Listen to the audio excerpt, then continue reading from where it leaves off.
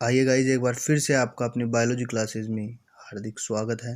अपन ने जो बात कर रहे थे जनन की कर रहे थे। जनन के लिए अपन ने बताया था जनन दो भागों में बटा होता है या दो टुकड़ों में बांट सकते हैं, री प्लस प्रोडक्शन। री मतलब नया, प्रोडक्शन मतलब बनना, अर्थात किसी जीव द्वारा अपने जीव की संतति को बनाए रखने के लिए संतान उत्पत्ति की जाती है, उसे अपन जनन कहते हैं। और जो अपन ने फर्स्ट बात की थी वो की थी नर जनन तंत्र की। नर जनन तंत्र में बात करें तो अपन ने सबसे पहले जो पार्ट लिया था वो लिया था वृषण कोश।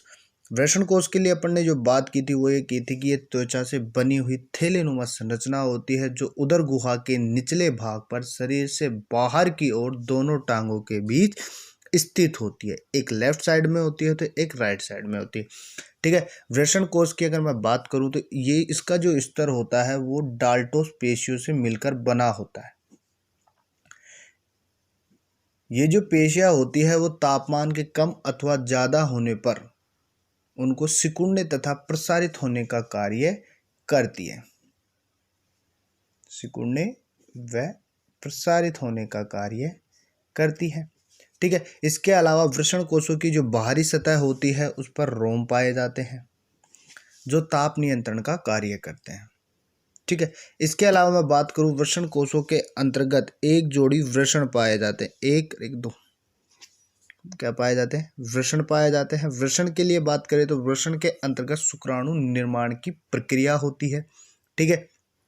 इसके अलावा मैं वृषण की मैं बात करूं तो वृषण कोश, वृषण का जो रंग होता है गुलाबी रंग के होते हैं।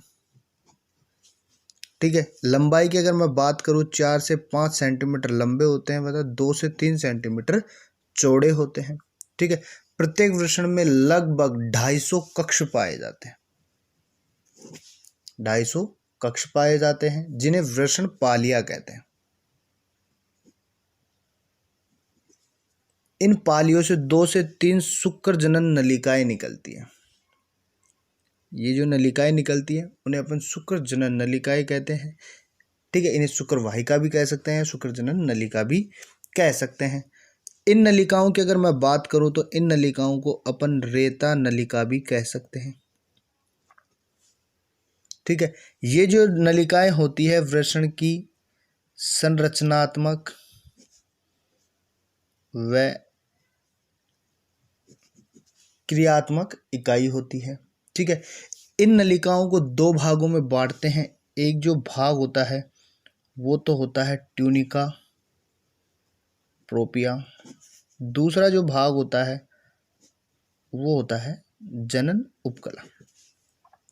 ट्यूनिका प्रोपिया की बात करें तो कनेक्टिव टिश्यू से मिलकर बना होता है, अर्थात संयोजी ऊतकों से मिलकर बना होता है। बाहरी आवरण पाया जाता है जिसके अंतर्गत रक्त नलिकाएं आकर मिलती है या रक्त नलिकाएं पाई जाती हैं।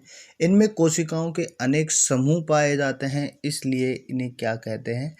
अंतराली कोशिका भी कहते हैं। ठीक है। जनन उपकला की बात करें तो जनन उपकला जो होती है वो शुक्र जनन नलिका का भीतरी स्तर होता है और इसे भी दो भागों में बांटते हैं। एक जो भाग होता है उसे अपन कहते हैं शुक्राणु जनन कोशिका, एक होती है सर्टोली सेल्स। शुक्राणु जनन कोशिकाओं की बात करें तो ये द्विगुणित होती है, समसूत्री विभाजन के द्वारा अगुणित शुक्राणुओं का क्या करती है? निर्माण करती है। ठीक है। अर्थात शुक्राणु जनन कोशिकाओं के द्वारा स्पर्म्स का निर्माण किया जाता है। सर्टोली कोशिकाओं की बात करें तो इन कोशिकाओं को नर्स कोशिकाओं के नाम से भी जाना जाता है। ठीक है।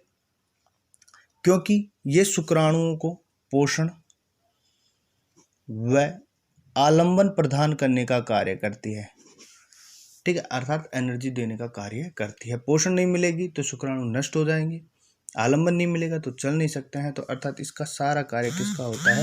सर्टोली कोशिकाओं का होता है। ठीक है। इसके अलावा अगर मैं बात करूं तो शुक्र जनन नलिकाएं जो होती है वृषण के भाग में, शुक्र जनन नलिकाएं जो होती है वृषण के पृष्ठ भाग में आकर एक जालनुमा संरचना बना लेती है जिसे अपन वृषण जालिका कहते हैं। ये जो भाग है यहाँ से जो नलिकाएं आती है जुड़ जाती है और एक जाल के समान संरचना बना लेती है, इसलिए इसे वृषण जालिका कहते हैं। इस वृषण जालिका के अंतर्गत लगभग 15 से 20 नलिकाएं आकर मिलती है और ये जो नलिकाएं होती है वो अपवाही नलिका का क्या कर लेती है, निर्माण कर लेती। ठीक है, इसके अलावा इसके अंतर्गत एक अधिवृषण पाया जाता है, वृषण कोशों के अंतर्गत। ये जो अधिवृषण होता है ये कुंडलित होकर वृषण के किनारे अधिवृषण का निर्माण कर, अर्थात शुक्र वाहिनी जो होती है लेफ्ट और राइट दोनों साइडों में पाई जाती है, एक जोड़ी पाई जाती है। ये जो शुक्र वाहिनी होती है कुंडलित होकर वृषण के किनारे पर अधिवृषण का निर्माण कर लेती है। अधिवृषण के लंबाई की बात करें तो 6 मीटर लंबी अधिवृषण की नलिका होती है। ये शुक्र वाहिनी में अति कुंडलित अवस्था में पाई जाती है। अधिवृषण जो होता है अस्थायी रूप से शुक्राणुओं को पोषण व आलंबन प्रदान करने का कार्य होता है। अगर किसी कारणवश शुक्राणु आगे नहीं जा पाते हैं, स्खलन नहीं हो पाता है, तो उनका अपघटन भी किसके अंतर्गत हो जाता है, अधिवृषण के अंतर्गत हो जाता है और उसके तरल भाग को यहीं पर क्या कर लिया जाता है, अवशोषित कर लिया जाता है। ठीक है, इसके बाद में चौथे पार्ट की बात करते हैं, वो अपने पास में आती है शुक्र वाहिनी। शुक्र वाहिनी की मैं बात करूं तो एक नली के समान संरचना होती है, अधिवृषण भाग से निकलती है। ठीक है, जो वृषण नाल से होते हुए उदर गुहा में पहुंचती है तथा मूत्र वाहिनी के चारों ओर घूमकर किसके पास में पहुंच जाती है, शुक्राशय के साथ में जाकर जुड़ जाती है या शुक्राशय में खुल जाती है।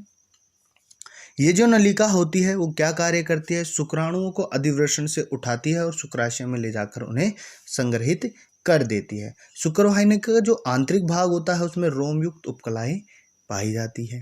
ठीक है, इसके अलावा पांचवें पार्ट की मैं बात करता हूँ, वो आता है अपने पास में शुक्राशय। शुक्राशय की बात करते तो शुक्राशय भी कैसी संरचना होती है, थैली के समान संरचना होती है। ठीक है, नर का सहायक लिंग ग्रंथि होती है। ठीक है, शुक्राणुओं के संग्रहण का जो कार्य होता है वो किसके द्वारा किया जाता है, शुक्राशय के द्वारा किया जाता है। अर्थात ये जो पार्ट है यहाँ पर क्या होता है, शुक्राशय का संग्रहण किया, वो शुक्राणुओं का संग्रहण किया जाता है। ठीक है, शुक्राशय के द्वारा एक क्षारीय द्रव को स्रावित किया जाता है और उसके द्वारा वीर्य का 60 से 70% जो भाग बनाया जाता है, किसके द्वारा, इस क्षारीय द्रव के। इस क्षारीय द्रव के अंतर्गत 3 प्रकार के पदार्थ पाए जाते हैं। एक तो होता है फ्रक्टोज शर्करा, दूसरा होता है प्रोक्टोग्लैंडिस प्रोटीन, एक होता है सेमिनोजेनिलिल प्रोटीन। ठीक है, फ्रक्टोज जो शर्करा होती है वो शुक्राणुओं को पोषण प्रदान करने का कार्य करती है। प्रोक्टोग्लैंडिस जो प्रोटीन होती है वो उसे क्रमाकुंचन अर्थात गर्भाशय में पहुंचने के लिए उसे गति प्रदान करने का कार्य करती है और गति जो होती है वो कौन सी होती है, क्रमाकुंचन गति होती है। ठीक है, सेमिनो जो प्रोटीन होती है जो वीर्य को गाढ़ा बनाने का कार्य करती है। ठीक है, ये जो शुक्राशय नलिका होती है, ये शुक्राशय जो होता है वो कहाँ जाकर खुलता है, स्खलन वाहिका में खुलता है। स्खलन वाहिका जो होती है वो शुक्राशय से मूत्र मार्ग तक वीर्य को पहुंचाने वाली नली के समान संरचना होती है। ये बात करें, ये मूत्र मार्ग हो गया अपना, इसके अंतर्गत जो पहुंचाने का जो कार्य होगा वीर्य को वो स्खलन वाहिका का होगा।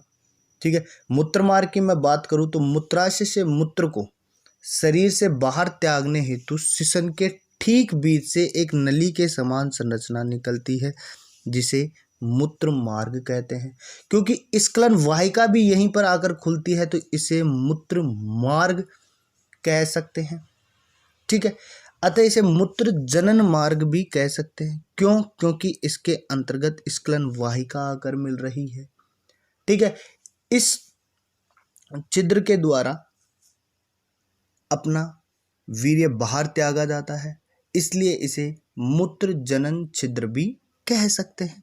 ठीक है, नेक्स्ट जो अपने पास में आता है वो आता है शिशन। शिशन की बात करें तो शिशन जो होता है पुरुषों का बाहरी जननांग होता है, अर्थात मैथुन की जो क्रिया होती है वो शिशन के द्वारा ही संपन्न की जाती है। ये विशेष प्रकार के उत्तकों के द्वारा बना होता है। ठीक है। इसके अलावा अपन ने बताया था सिसन उठान के समय वीर्य सेचन की क्रिया को आसान बनाता है। ठीक है। सिसन के अंतर्गत अपन ने बात की थी 3 प्रकार की डोरियां पाई जाती है। जो एक डोरी हो, 2 डोरियां जो होती है वो तो पृष्ठ भाग पे पाई जाती है, उनको तो अपन कहते हैं कार्पोरा केवर्नोसा। एक जो डोरी पाई जाती है वो अधर सतह पर पाई जाती है, उसे अपन कहते हैं कार्पस स्पोंजियोसोम। कार्पोरा केवर्नोसा का क्या कार्य था? कार्पोरा जो केवर्नोसा तथा पेशीय होता है, तंतु में संयोजी ऊतकों से बना होता है। इसके अंतर्गत रक्त कोटर पाए जाते हैं। प्रारंभ में जो सिसन की पेशियां होती है वो स्थिर अवस्था में होती है, परंतु जैसे ही उन्हें उत्तेजना होती है अर्थात लैंगिक उत्तेजना के समय जो रक्त होता है वो रक्त कोटरों में भर जाता है, जिससे सिसन का आकार क्या हो जाता है? लंबा हो जाता है और ये कठोर हो जाता है। ठीक है। सिसन का जो अग्रभाग होता है उसे सिसन मुंड कहते हैं। ठीक है। ये जो भाग होता है केवल किससे मिलकर बना होता है? कार्पस स्पोंजियोसोम से मिलकर बना होता है। इसे अपन सिसन मुंड भी कहते हैं। ठीक है। सिसन मुंड के अंदर त्वचा का एक आवरण पाया जाता है जिसे अपन मूंडाच्छद कहते हैं। ठीक है। जब लैंगिक उत्तेजना का समय होता है तो सिसन मुंड से मूंडाच्छद हट जाता है और पीछे की ओर चला जाता है और सिसन की सहायता से मैथुन की क्रिया के द्वारा वीर्य सेचन किया जाता है। अतः शुक्राणुओं को मादा की योनि में प्रवेश करवाया जाता है। इसके अलावा अपने पास में 2 प्रकार की सहायक ग्रंथियां भी पाई जाती है। एक होती है प्रोस्टेट ग्रंथि और एक होती है काउपर्स ग्रंथि। प्रोस्टेट ग्रंथि की मैं बात करूं तो मूत्राशय के नीचे तथा मूत्र मार्ग के आधारीय भाग पर स्थित होती है, अर्थात ये अपना मूत्राशय हो गया। इसके जस्ट नीचे भाग में क्या पाई जा रही है? प्रोस्टेट ग्रंथि पाई जा रही है। ये जो प्रोस्टेट ग्रंथि होती है वो क्षारीय प्रकृति की होती है और वीर्य का 20 से 30% भाग बनाने का कार्य प्रोस्टेट ग्रंथि के द्वारा किया जाता है। ठीक है। इसके अलावा इसके अंतर्गत ये जो द्रव होता है क्षारीय प्रकृति का, इसके अंतर्गत सिट्रिक अम्ल पाए जाते हैं, फाइब्रिनोलाइसिन पाई जाती है, स्पर्मीन पाई जाती है, लाइसोजाइम पाए जाते हैं तथा ये जो पदार्थ होते हैं वो शुक्राणुओं को गतिशीलता बढ़ाते हैं, अर्थात उन्हें गतिशील प्रदान करने का कार्य करते हैं। इसके अलावा अन्य जो बैक्टीरियल जो पदार्थ होते हैं उनसे सुरक्षा करने का कार्य भी किन के द्वारा किया जाता है? इन्हीं क्षारीय पदार्थों के द्वारा किया जाता है। इसके अलावा एक बात नोट करने की जो होती है वो ये होती है, फाइब्रिनो जो लाइसिन जो होता है वीर्य को तरल बनाता है, जबकि स्पर्मिन जो होता है वीर्य के स्कंदन को रोकने का कार्य करता है। ठीक है। इसके अलावा काउपर्स ग्रंथि की अगर अपन बात करें तो ये जो ग्रंथि होती है एक जोड़ी पाई जाती है और प्रोस्टेट ग्रंथि के ठीक नीचे मूत्र मार्ग के दोनों ओर स्थित होती है। ये जो ग्रंथि होती है इसके द्वारा भी क्षारीय तरल ही पदार्थ स्रावित किया जाता है। वो पारदर्शी होता है और लसलसा होता है, अर्थात ये जो पदार्थ होता है वीर्य का 10% भाग बनाता है और मैथुन की क्रिया के जो समय उसे चिकनापन प्रदान करने का कार्य करता है, अर्थात मैथुन की जो क्रिया होती है वो स्मूथली हो सके इसके लिए उसे चिकनापन प्रदान करने का जो कार्य होता है वो काउपर्स ग्रंथि के द्वारा किया जाता है। ठीक है। इस ग्रंथि के द्वारा मूत्र मार्ग की अम्लीयता को समाप्त कर दिया जाता है और उसे क्षारीय माध्यम उपलब्ध करा दिया, अर्थात मूत्र मार्ग की जो है वो अम्लीय माध्यम में होता है और उसे किस में बदल देता है? क्षारीय में बदल देता है। ठीक है। इसके अलावा लास्ट एंड फाइनल जो टॉपिक होता है इसका वो अपने पास में आता है वीर्य या सीमन। वीर्य की अगर अपन बात करें तो वीर्य जो होता है 2 पदार्थों से मिलकर बना है, शुक्राणु तथा सहायक ग्रंथियों से मिलकर किसका निर्माण होता है? वीर्य का निर्माण होता है। ठीक है। वीर्य की अगर मैं बात करूं तो वीर्य एक तरल पदार्थ होता है। ठीक है। इसके अंदर फ्रक्टोज शर्करा होती है, प्रोक्टोग्लैंडिस प्रोटीन होती है, सेमिनोजेनिल प्रोटीन होती है, फाइब्रिनोलाइसिन होते हैं, सिट्रिक अम्ल होते हैं, स्पर्मिन होते हैं, फाइब्रिनोजेजेज होते हैं, लाइसोजाइम आदि सारे पदार्थ मिलकर के किसका निर्माण कर लेते हैं? वीर्य का निर्माण कर लेते हैं। वीर्य एक क्षारीय तरल होता है जिसका पीएच 7.4 होता है। अर्थात 7 से 1 से 0 से 7 की बात करें तो अपने पास में अम्लीय माध्यम होता है, और 7 से 14 की बात करें तो अपने पास में क्षारीय माध्यम होता है। इसलिए अगर pH 7.4 है तो माध्यम कौन सा हो जाएगा? क्षारीय माध्यम हो जाएगा। और 1 ml वीर्य के अंतर्गत लगभग 1 लाख शुक्राणु पाए जाते हैं। ठीक है गाइज, यहाँ पर अपना चैप्टर कंप्लीट होता है। नेक्स्ट लेक्चर में अपन जो बात करेंगे वो बात करेंगे फीमेल रिप्रोडक्टिव सिस्टम की, अर्थात मादा प्रजनन तंत्र की बात करेंगे। ठीक है, इससे पहले इसका डेरिवेटेड, इसका जो थ्योरेटिकल पार्ट था वो मैंने नेक्स्ट वीडियो के अंदर, वो प्रीवियस वीडियो के अंदर बना दिया था, तो एक बार उसे भी जाकर देख लेना और एक बार डायग्राम को भी आराम से समझ लेना।